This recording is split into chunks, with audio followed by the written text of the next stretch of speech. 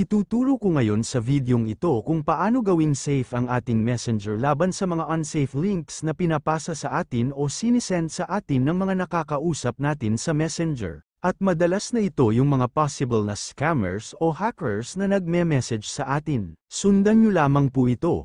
Una ay magpunta tayo sa Messenger. Then i-click natin itong tatlong guhit sa itaas, at i-click itong settings sa upper right. At i-click lang natin itong privacy and safety, then click safe website browsing. At dito ay i-double check po natin kung naka-toggle on ito at kung hindi ay i-toggle on lang po natin. Marami ngayon ang nahahack sa Messenger dahil hindi ito nakabukas. Sa pamamagitan nito ay magsesend ng warning si Messenger kung ang isang link o site na pinasa sa inyo ay unsafe at may possible na manakaw ang mga personal o private information nyo.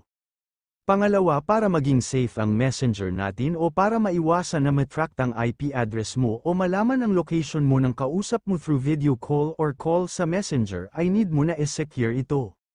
Magpunta ulit sa tatlong guhit sa itaas, then click Settings. At hanapin ulit ang Privacy and Safety. Then scroll up lang natin.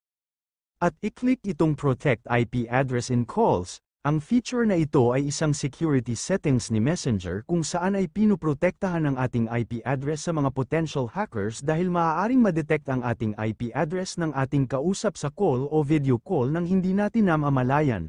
Ang dapat natin gawin ay i-toggle on natin ito para ma-hide ang IP address natin.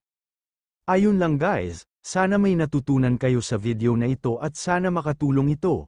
At kung nagustuhan nyo pa, like and share na lang po, at kung hindi pa kayo nakasubscribe ay pasubscribe naman po sa ating YouTube channel na Kuya Chris TV at pati na rin po ang Kasipag Vlog channel. Kung meron pa kayong mga tanong at gusto ng kasagutan, mag-comment lamang po tayo sa comment section sa baba at i-try po natin gawan ng content yan. Maraming salamat po sa panunood.